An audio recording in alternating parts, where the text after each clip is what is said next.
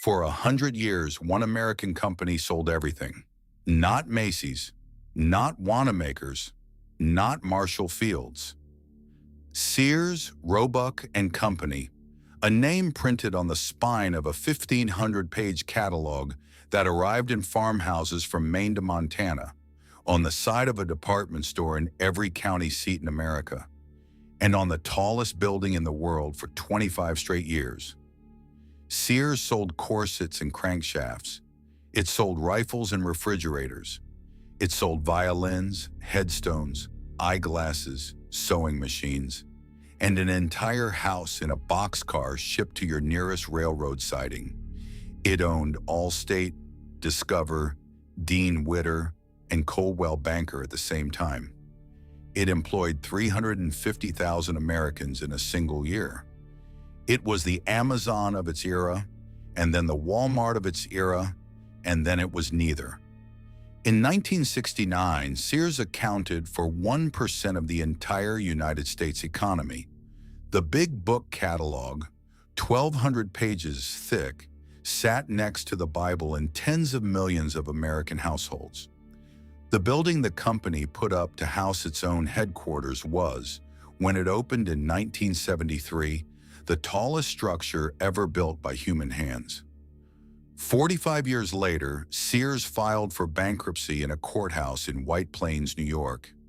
This is the rise and fall of Sears, the 125-year retail empire stripped for parts by the man hired to save it. The story starts at a railroad station in a town that no longer exists. North Redwood, Minnesota, the fall of 1886, a 22-year-old station agent named Richard Warren Sears sat behind a telegraph key in a wooden depot at the end of a freight spur on the Minneapolis and St. Louis line. The town had 200 residents, a grain elevator, a general store, and a saloon. Sears earned $6 a week from the railroad and another $2 from the post office. He had been born on a hardscrabble farm in Stewartville on December 7, 1863, the son of a wagon maker who lost everything in a bad stock speculation when Richard was a child. One afternoon, a shipment of pocket watches arrived at the depot, addressed to a local jeweler. The jeweler refused to pay the freight. Under standard railroad practice, the shipment would have been sent back to the wholesaler in Chicago. Sears wired the wholesaler instead and offered to buy the watches himself for $12 apiece. The wholesaler agreed. Sears sold the watches up and down the line to fellow station agents for $14 apiece. They resold them to farmers and townspeople for $20. Within 6 months, he had cleared $5,000 in profit on watches alone. He quit the railroad. In 1887, Richard Sears moved to Minneapolis and incorporated the R.W. Sears Watch Company. He needed a watchmaker. In April of that year, he placed a help-wanted advertisement in the Chicago Daily News for a man who could repair the inventory he was selling. The advertisement was answered by a 23-year-old Indiana-born watch repairman named Alva Curtis Roebuck. Roebuck took the train to Minneapolis, carrying his tools in a wooden case. Sears hired him on the spot for a salary of $3.50 a week. The partnership was formalized in 1893 as Sears, Roebuck and Company. The two men were temperamental opposites. Sears was a relentless promoter, a master of mail-order copy who would sit at a desk for 18 hours at a stretch writing catalog, descriptions that exaggerated, charmed, undercut competitors, and moved product. Roebuck was a quiet technician who hated the chaos of the sales operation his partner kept building. In 1895, Roebuck sold his stake back to Sears for $25,000 and walked away from the company that carried his name. He would later return as a clerk during the Depression. Sears needed capital.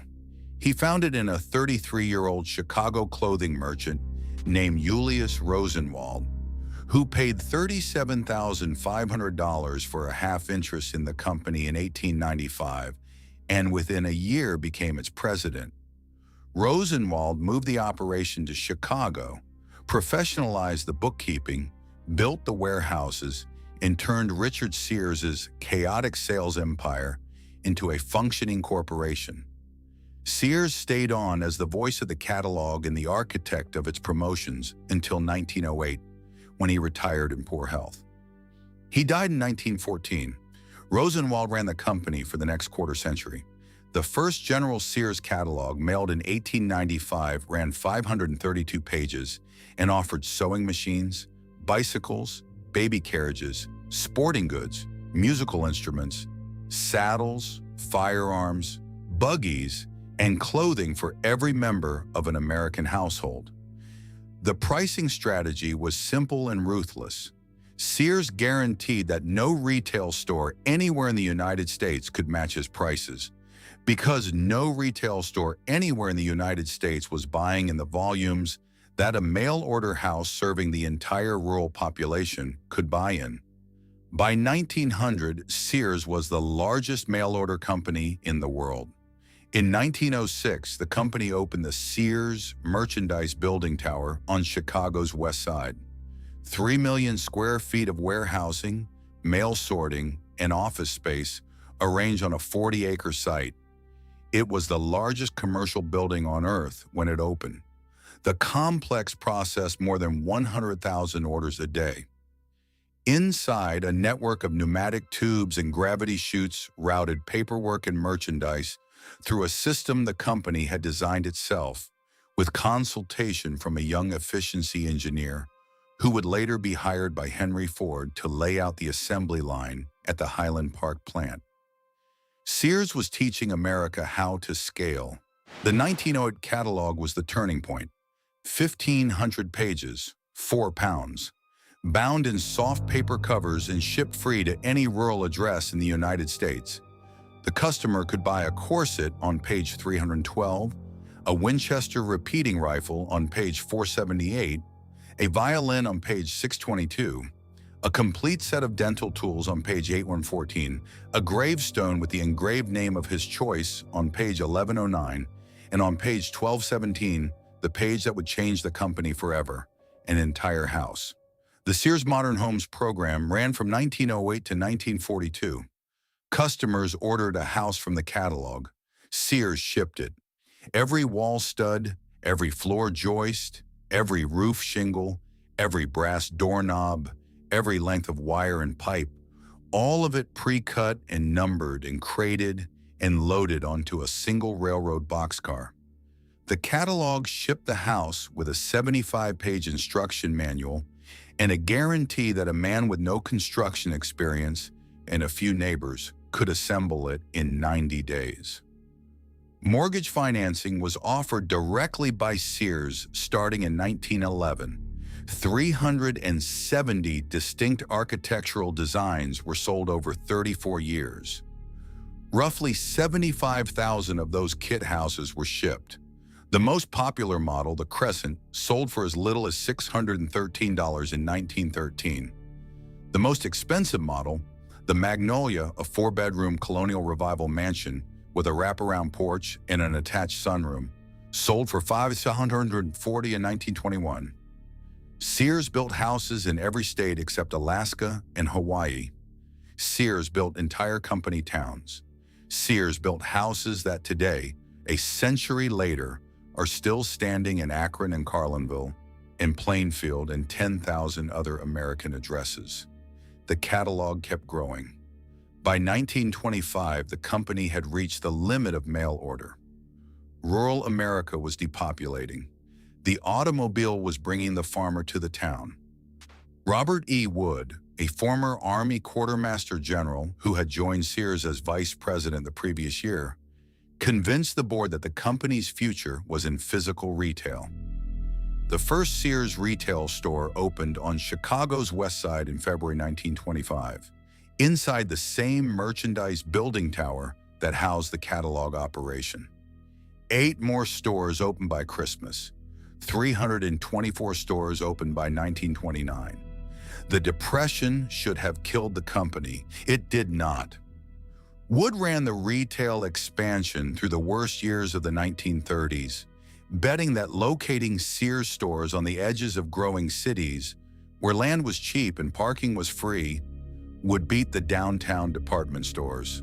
The bet paid off. By 1931, Sears was profitable enough to spin off a new subsidiary, an automobile insurance company, organized at the suggestion of one of Wood's bridge partners and underwritten using customer mailing lists from the catalog operation. The subsidiary was called Allstate. Within a decade, it was the second largest auto insurer in the United States. The brand inventions kept coming. In 1927, Sears introduced the Craftsman tool line. The Kenmore appliance brand launched the same year. The Die Hard battery would follow in 1967. The Tough Skins children's jeans brand in 1973. Each of them was a category-killing private label that competed against and frequently outsold the national brands sitting next to them on the shelf. Sears bought the Whirlpool relationship that built the Kenmore washing machine line in 1953 and held it for the next half-century. By 1969, the empire had reached its peak. That year, Sears employed 350,000 Americans.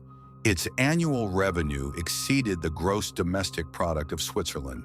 1 out of every 200 working Americans drew a paycheck from the company. Roughly 1% of every dollar spent in the United States economy passed through a Sears store, a Sears catalog, or a Sears credit card. The company owned Allstate Insurance. It would buy Dean Witter Brokerage and Coldwell Banker Real Estate in 1981. It would launch the Discover card from a Sears subsidiary in 1985. For a brief stretch in the early 1980s, a single American family could insure its car with Sears, finance its house through Sears, invest its retirement at Sears, and buy its washing machine, its lawnmower, and its children's school clothes at Sears, all on a Sears credit card. In August 1969, the company broke ground on a new headquarters on the corner of Wacker Drive and Adams Street in Chicago's Loop. The architect was Bruce Graham of Skidmore, Owings, and Merrill. The structural engineer was Fazler Rahman Khan, who designed a bundled tube frame of 9 connected steel towers rising at staggered heights. Construction took 4 years. The building topped out on May 3, 1973, at 1,450 feet, 110 stories, surpassing the World Trade Center in New York by 25 feet. For the next 25 years, the tallest building on Earth had Sears, Roebuck and Co. carved into the granite above its main entrance. The Big Book catalog that year ran to 1,225 pages and weighed 5.5 pounds. It shipped twice annually, in the spring and the fall, to roughly 15 million American households. Surveys taken in the 1970s consistently identified the Sears catalog as the most read printed work in American homes after the Bible. Sears had become more than a retailer. It had become a fixture. The crack was already showing. It started in a town called Rogers, Arkansas. On July 2, 1962, a 44-year-old former JCPenney trainee named Sam Walton opened a discount store on Walnut Street and called it Walmart. He copied the formula Sears had used in the 1930s, locating on cheap land at the edge of small towns and stocking everything a household needed under one roof. By 1980, Walton had built 276 stores across the rural South and Midwest, the same rural America the Sears catalog had built its empire on. By 1990, Walmart had 1,400 stores. In 1991, for the first time since the William Howard Taft administration, Sears was no longer the largest retailer in the United States. Walmart took the title and never gave it back. Sears made a series of decisions across the 1990s that, in hindsight, read as a company surrendering its identity one piece at a time. In January 1993, the board announced the discontinuation of the Big Book catalog. The last edition mailed in the fall of that year, 97 years after Richard Sears mailed the first one. The catalog operation had lost $175 million in its final year. The company cited postage costs, declining response rates, and the rise of toll-free phone ordering at competing retailers. 21 distribution centers closed. 50,000 employees lost their jobs. The catalog that had taught America how to shop by mail had been killed by mail itself becoming obsolete. The financial divestitures followed the same logic and produced the same hollowing. Dean Witter was spun off in 1993 and merged with Discover, then with Morgan Stanley in 1997. Allstate was spun off in 1995. Coldwell Banker was sold to a private equity group. The financial empire that had made Sears the most diversified corporation in American retail in 1985 was, by 1998, a single mid-sized department store chain trying to compete against Walmart on price and Target on style and losing on both fronts. The marketing campaigns came next. In 1993, Sears launched a campaign called The Softer Side of Sears, aimed at repositioning the chain as a women's apparel destination rather than a hardware and appliance store. Roughly $400 million in advertising flowed through Young and Rubicam over the following 4 years. Soft-focus television spots featured women in pastels, modeling Sears brand sweaters. The campaign did move apparel sales upward for 3 years. It did not stop the long erosion of the core business. By 1999, apparel revenue had peaked and begun to decline again. The chain tried celebrity brands. It paid millions for an apparel line endorsed by actress Lauren Hutton. It launched a Benetton boutique inside its stores. It rolled out a line called Canyon River Blues to compete with Levi's. None of them held shelf space for more than 3 seasons. The chain tried acquisitions. It bought the Lands' End mail-order clothing company in 2002 for $1,900 million, the highest price ever paid for a mid-market apparel brand. Lands' End was a profitable, well-run business that fit poorly inside Sears and was eventually spun back out as a separate public company in 2014. The chain tried physical redesigns. It tested smaller format hardware stores called Sears Hardware in the mid-1990s. It tested standalone Sears Auto Centers. It tested a chain of dental clinics inside its stores in 7 states. The dental clinics were quietly shuttered after a Florida state regulatory investigation in 1995. Most of the Sears Hardware locations were sold to Ace Hardware franchisees by 2007. The chain tried management changes. Arthur Martinez, the executive who had run the Saks Fifth Avenue division of Battis, was hired as CEO in 1995 and stayed through 2000. Alan Lacey, an internal finance executive, was promoted in 2000 and stayed through 2005. Each new chief executive announced a turnaround plan, a new tagline, and a new 5-year strategy. Each plan ended the same way. Same-store sales declined. The dividend was cut. The credit rating was downgraded. In 2002, Sears took a one-time charge of $350 million against its credit operation after misjudging the credit risk of its private label cardholders. The chief financial officer resigned. The stock fell 40% in a single trading day. Boardroom infighting spilled into the financial press. The Wall Street Journal began running a regular column tracking the company's quarterly losses.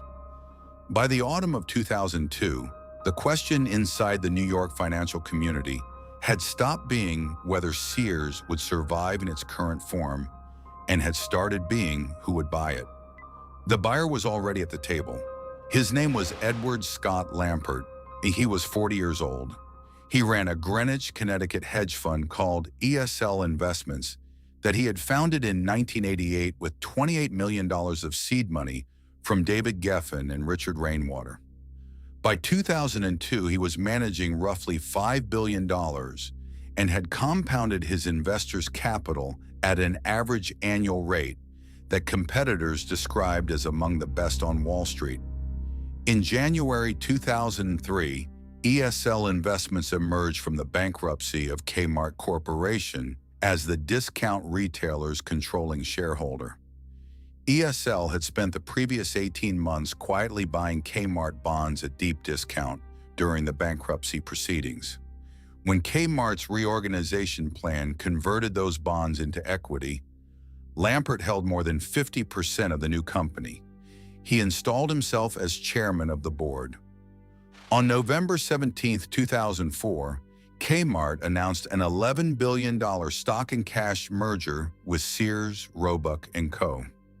The transaction closed in March 2005 and created a new holding company called Sears Holdings Corporation. Lampert became chairman of the combined entity.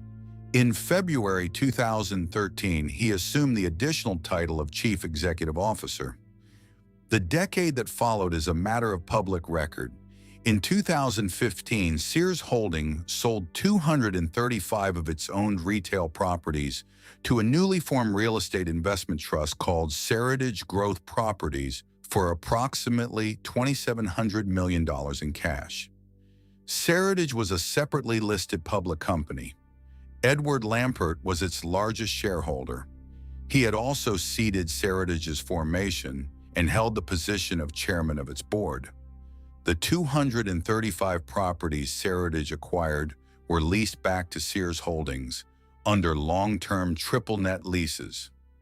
The retailer that had been the largest owner of urban commercial real estate in America for most of the 20th century now paid monthly rent on its own buildings to a landlord whose largest shareholder was also its own chairman and CEO. The terms of the leases were disclosed in Securities and Exchange Commission filings made by both companies in the spring and summer of 2015.